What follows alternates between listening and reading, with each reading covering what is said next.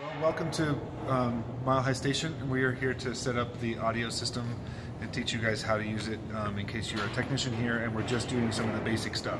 You know, normally this clamshell thing is closed and we have inside here the soundboard for the space, and they have two hardwired microphones, possibly three. I don't have to look inside their drawer again, but they have a lavalier and some handhelds, and those are in this drawer right here. So you'll see here's lavalier and they're labeled. So this is handheld number 3 with ironically my writing on it. This is probably mic number 2 with our label on it. And here's their lav mic. The way that we turn the system on is power switch up at the very top here. Okay, the power switch drives the entire rack all the way down. Powers up a sub mixer, which helps us route the sound through different zones. I'll show you this in a minute.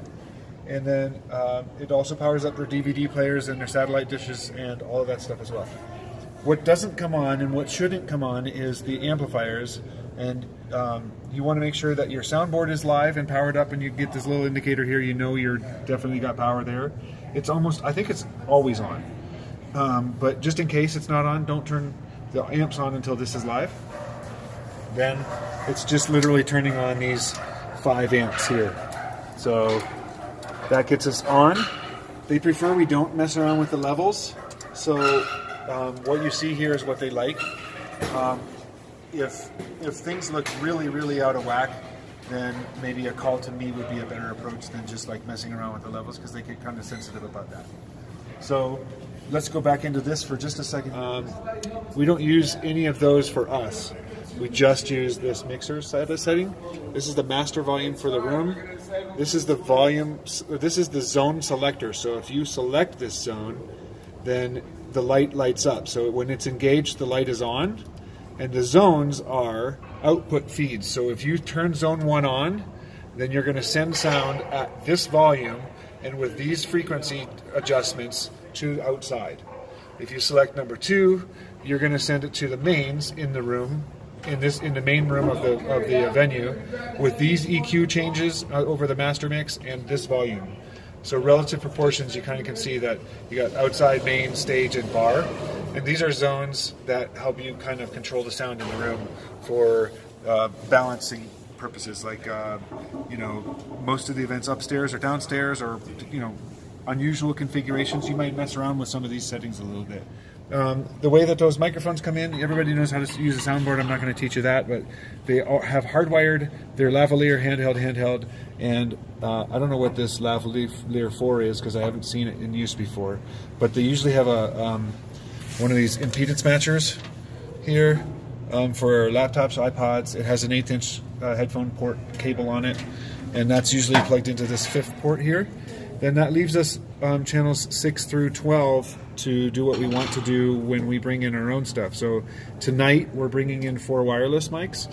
Other times you might send a feed from like our normal master, like an output from our board or something like that for a larger show in here, and we just want to send sound to the, I don't know, to the VIP area or something like that, or cover the mezzanine a little bit better.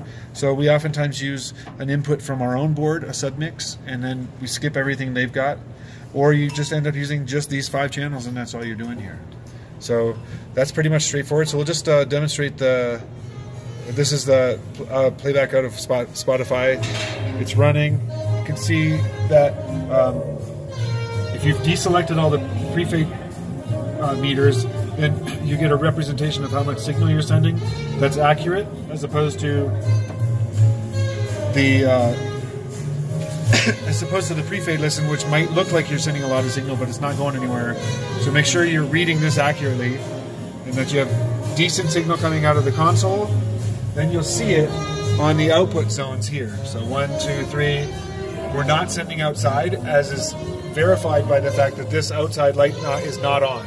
If I turn it on, then you can see, yes indeed we are sending outside, and now we're not again. So it's pretty straightforward. If you have meters here, you know you're working up to this point, then it's just a matter of figuring out your amplifiers. But that's basically it. That's sound in the venue. Yay!